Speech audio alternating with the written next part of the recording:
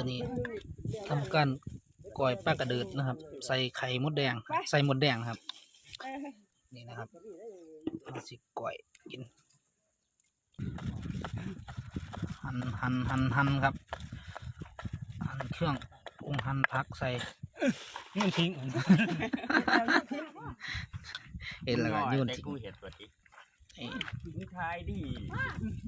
ปึ๊บเนี่ยมันกลุ่มแบบนั้น ใส่น้ำปลาลงไป ก้อยนะเมื่อนั้นไง เหนื่อย หมดแล้วนี่ว่าเขาว่า ใส่ ไว้ ลงมาผงชูรส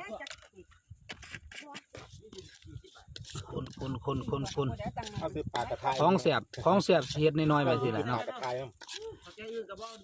ของเสียบอย่าไปเฮ็ดหลายเฮ็ดน้อย เราหายได้ วัดน้อยนะ ๆใส่ผักลงไป เขาเติมเต็มมาทีละเอามาแกะเลยจะคน เอามาใส่นี่